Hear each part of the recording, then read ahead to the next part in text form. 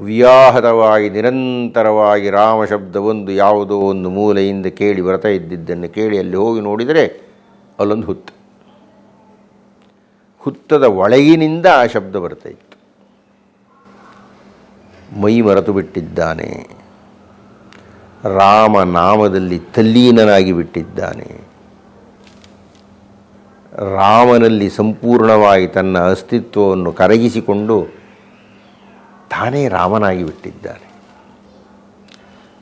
ಹುತ್ತವನ್ನೆಲ್ಲ ಕೆಡವಿದ್ರು. ಆಮೇಲೆ ಆತನನ್ನು ಮೇಲೆ ಕರ್ಕೊಂಡ್ರು. ಜೀರ್ಣಕಾಯ ಭೋಜಂ ಬರೀ ಮೂಳೆ ಇತ್ತು ಅಂತ ಕಾಣುತ್ತೆ. ಹುತ್ತ ಅಂದರೆ ಸಂಸ್ಕೃತದಲ್ಲಿ ವಲ್ಮೀಕ ಅಂತ, ವಲ್ಮೀಕದಿಂದ ಹೊರಗೆ ಬಂದಿದ್ದರಿಂದ ವಾಲ್ಮೀಕಿ ಅಂತ ಆತನಿಗೆ ನಾಮಕರಣ ಮಾಡಿದರು. ಇನ್ನು ಮೇಲೆ ನೀನು ವಾಲ್ಮೀಕಿ ಅಂತ ಹೇಳಿ. ಇದು ಕಥೆ. ಈ ಕಥೆ ಎಲ್ಲಿದೆ? ರಾಮಾಯಣದಲ್ಲಿ ಇಲ್ಲ. ಕೇಳೋಕ್ಕೆ ಚೆನ್ನಾಗಿದೆ, ರಾಮಾಯಣದಲ್ಲಿ ಇಲ್ಲ. ಈ ಕಥೆ ಆಮೇಲೆ ಕಟ್ಟಿದರು. ವಾಲ್ಮೀಕಿ ಬೇಟೆ ಆಡ್ತಾ ಇದ್ದ, ಹೀಗಾಯಿತು, ಆಮೇಲೆ ಅವನು ಋಷಿಗಳ ಪ್ರಭಾವಕ್ಕೆ ಒಳಗಾದ, ಇತ್ಯಾದಿ ಅಂತ ಒಂದು ಕಥೆ ಕಟ್ಟಿದರು. ಈಗ ನಾನು ವಿಮರ್ಶೆಯನ್ನು ಮಾಡ್ತಾ ಹೇಳೋದಕ್ಕೆ ಆರಂಭ ಮಾಡಿದೆ. ಒಂದಷ್ಟು ಚಿಂತನೆ ಇದೆ ಈ ಕಥೆಯ ಮೇಲೆ. ಮೊಟ್ಟ ಮೊದಲನೇದಾಗಿ, ನನ್ನ ಬಗ್ಗೆ ಯಾರಾದರೂ ಅಧಿಕೃತವಾಗಿ ಮಾತಾಡಬೇಕಾದ್ರೆ ಎರಡು ಸಾಧ್ಯತೆ ಇದೆ. ಒಂದು, ನನಗಿನ್ನ ದೊಡ್ಡವರಾಗಬೇಕು. ನಮ್ಮ ಅಪ್ಪನೋ, ನಮ್ಮ ದೊಡ್ಡಪ್ಪನೋ, ನಮ್ಮ ಚಿಕ್ಕಮ್ಮನೋ, ನಮ್ಮ ಅಜ್ಜಿನೋ ನನಗಿನ್ನ ದೊಡ್ಡವರು, ನಂಗೆ ಗೊತ್ತು ಅಂತ ಹೇಳಬೇಕು. ಅಥವಾ ನನ್ನ ಸಮಕಾಲೀನರಾಗಬೇಕು. ನಾವು ನೋಡಿದ್ದೀವಿ ಪ್ರಕಾಶವನ್ನ ಅಂತ ಹೇಳಬೇಕು. ಈ ಎರಡು ಮೂಲಗಳನ್ನು ಬಿಟ್ಟು ಇನ್ನು ಯಾವುದೇ ಮೂಲಕ್ಕೂ ಅರ್ಥ ಇಲ್ಲ. ವಾಲ್ಮೀಕಿ ದರೋಡೆಕೋರನಾಗಿದ್ದ, ಹಾಗಾದ ಹೀಗಾದ ಅಂತ ಹೇಳಿ ವಾಲ್ಮೀಕಿಯ ನಂತರದ 500 ವರ್ಷಗಳಾದಮೇಲೆ ಒಂದು ಕಥೆ ಹೇಳಿದರೆ ಅದು ಸತ್ಯ ಆಗಿರಬೇಕಾಗಿಲ್ಲ. ನಾನು ಸತ್ತೋದೊಂದು 200 ವರ್ಷಕ್ಕೆ ಪ್ರಕಾಶ್ರಾವ್ ಬಗ್ಗೆ ಒಂದು ಕಥೆ ಬರೆದರೆ ಅದು ಸತ್ಯವೋ?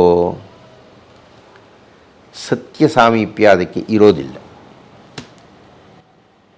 ಅದು ಕಾರಣ ಈ ಕಥೆ ಅಷ್ಟು ಮಾನ್ಯವಲ್ಲ. ಮತ್ತು ಈ ವಾಲ್ಮೀಕಿಗೆ ಬೇರೆ ಋಷಿಗಳು ಉಪದೇಶ ಕೊಟ್ಟರಲ್ಲ, ರಾಮ ಅದನ್ನು ಹೇಳಲಿಕ್ಕೆ ಆತನಿಗೆ ಬರಲಿಲ್ಲ, ಮರ ಅಂತ ಹೇಳಿಕೊಟ್ರು. ರಾಮ ರ ವ್ಯತ್ಯಾಸ ಏನಿದೆ? ರಾಮ ಹೇಳೋಕ್ಕೆ ಬರದೇ ಇಲ್ಲ ಅಂದರೆ ಮರ ಹೇಳೋಕ್ಕೂ ಬರಲ್ಲ. ರಕಾರ ಮಕಾರ ಇದು ಕಷ್ಟ ಏನಿಲ್ವಲ್ಲಪ್ಪ. ವಿಷ್ಠರಶ್ರವ ಅನ್ನೋದು ಹೇಳೋಕ್ಕಾದ್ರೆ ಕಷ್ಟ. ರಾಮ ಅಂತ ಹೇಳೋದಕ್ಕೆ ಏನು ಕಷ್ಟ ಇದೆ? ಕಷ್ಟ ಆದರೆ ಮರ ಅಂತ ಹೇಗೆ ಹೇಳಿದ್ರಿ ನೀವು? ಹಾಗಾದರೆ ಅದರೊಳಗೆ ಅಷ್ಟು ಅರ್ಥ ಇಲ್ಲ. ಆ ಕಥೆಯ ಮೂಲ ಯಾವ ಸಾಧನೆಯೂ ಆಗಲಿಲ್ಲ.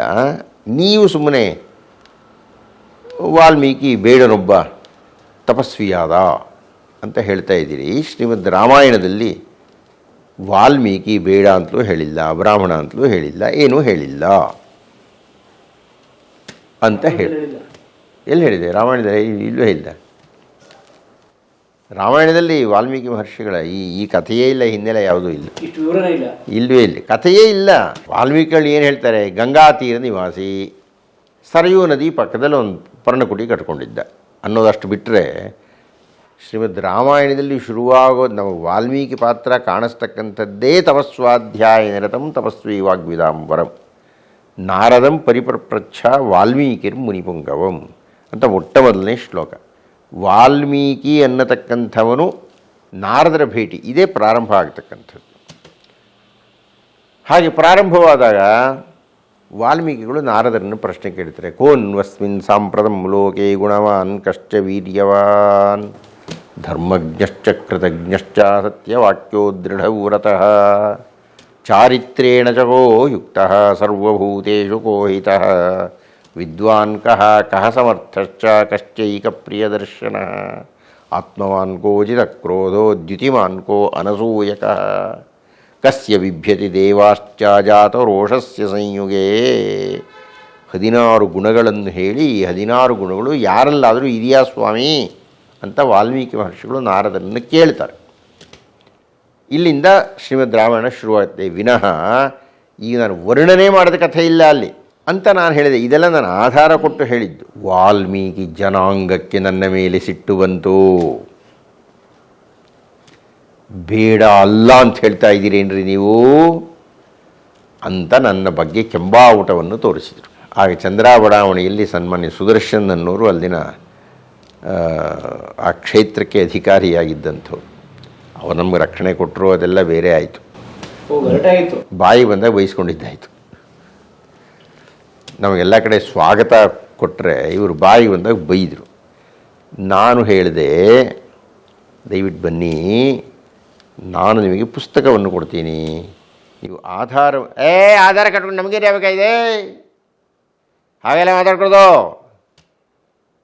ನಾವು ಮಾಂಸ ತಿನ್ನೋರು ಪುಲ್ಚಾರ್ ತಿನ್ನೋದು ಏನು ಮಾಡಿಬಿಡ್ತೀವಿ ಗೊತ್ತಾ ಅಂತ ಶುರು ಮಾಡಿದರು. ಎಷ್ಟೇ ಆಧಾರ ಕೊಟ್ಟರೂ ಭೀಮಸೇನನ ಪಾತ್ರವನ್ನು ವರ್ಣನೆ ಮಾಡಿದಾಗ ಹೇಗೆ ಆ ಮಾಧ್ವರು ನನ್ನ ಮೇಲೆ ಗಲಾಟೆ ಮಾಡಿದರೋ, ವಿಷಯವನ್ನು ಕುರಿತು ಮಾತಾಡಿದಾಗ ಇವರು ಗಲಾಟೆ ಮಾಡಿದರು. ಇದು ಸತ್ಯವನ್ನು ಹೇಳಲಿಕ್ಕೆ ಪ್ರಯತ್ನಪಟ್ಟ ಎಲ್ಲರೂ ಅನುಭವಿಸಬೇಕಾದ ಮಾರ್ಗ ಇದು. ಅದರ ಬದಲು ನಾನು ನೋಡ್ರಿ, ಶ್ರೀಮನ್ ಮಧ್ವಾಚಾರ್ಯರ ಹಿಂದಿನ ಜನ್ಮದಲ್ಲಿ ಹೇಗಿದ್ದರು ಭೀಮಸೇನಾಚಾರ್ಯರು, ಆ ಭೀಮಸೇನಾಚಾರ್ಯ ಅಂತ ಕರೀತಿರಲಿಲ್ಲ, ಭೀಮಸೇನ ಅಂತ ಕರೀತಾ ಇದ್ರು ಅಂತ ವರ್ಣನೆ ಮಾಡಿದರೆ ಮಾಧುರಿಗೆಲ್ಲ ನನ್ನ ಬಗ್ಗೆ ಭಾಳ ವಿಶ್ವಾಸ ಬಂದ್ಬಿಡೋದು. ವಾಲ್ಮೀಕಿಯನ್ನು ಕುರಿತು ನೋಡ ಎಂಥ ಒಬ್ಬ ಬೇಡನಾಗಿದ್ದಂಥ ಎಂಥ ಮಹರ್ಷಿಯಾಗಿಬಿಟ್ಟ ಆತ, ಬೇಡ ಕುಲ ತಿಲಕ ಅಂತ ಹೀಗೆ ಹೇಳಿದ್ದಿದ್ದರೆ ಅವರಿಗೆಲ್ಲ ನನ್ನ ಬಗ್ಗೆ ಭಾಳ ಗೌರವ ಬಂದ್ಬಿಡೋದು. ಅದು ನಾನು ಹೇಳಿಲ್ವೇ? ಆದ್ದರಿಂದ ಸನ್ಮಾನ್ಯ ಪರಮೇಶ್ವರ ಅವರೇ, ಇಂತಹ ಅನುಭವಗಳು ನನಗೊಬ್ಬನಿಗೆ ಅಲ್ಲ, ಬಹುಶಃ ಈ ರೀತಿಯ ಸತ್ಯವನ್ನು ಸ್ಥಾಪನೆ ಮಾಡಬೇಕು ಅಂತ ಪ್ರಯತ್ನಪಟ್ಟ ಎಲ್ಲರೂ ಅನುಭವಿಸಬೇಕಾದ್ದೆ ಅಂತ ಹೇಳಿ ನೀನು ಉಪನ್ಯಾಸ ಮುಗಿಸೋಣ. ನಮಸ್ಕಾರ. ಸ್ನೇಹಿತರೆ, ಡಾಕ್ಟರ್ ಪಾವಗಡ ಪ್ರಕಾಶ್ ರಾವ್ ಅವರ 2 ಯೂಟ್ಯೂಬ್ ಚಾನಲ್ಗಳಿಗೆ ನೀವು ದಯಮಾಡಿ ಸಬ್ಸ್ಕ್ರೈಬ್ ಮಾಡಬೇಕು. ಒಂದು ತತ್ವಶಂಕರ ಅಂಥೇಳಿ, ಇನ್ನೊಂದು ಡಾಕ್ಟರ್ ಪಾವಗಡ ಪ್ರಕಾಶ್ ರಾವ್ ಅಂಥೇಳಿ ಯೂಟ್ಯೂಬ್ ವಾಹಿನಿಗಳಿದ್ದಾವೆ. ಸಬ್ಸ್ಕ್ರೈಬ್ ಮಾಡಿ. ಅದ್ಭುತವಾದ ಜೀವನಕ್ಕೆ ಉಪಯೋಗ ಆಗುವಂತಹ ವಿಷಯಗಳನ್ನು ಕೇಳಿ ತಿಳ್ಕೊಳ್ಳೋಣ. ಧನ್ಯವಾದಗಳು.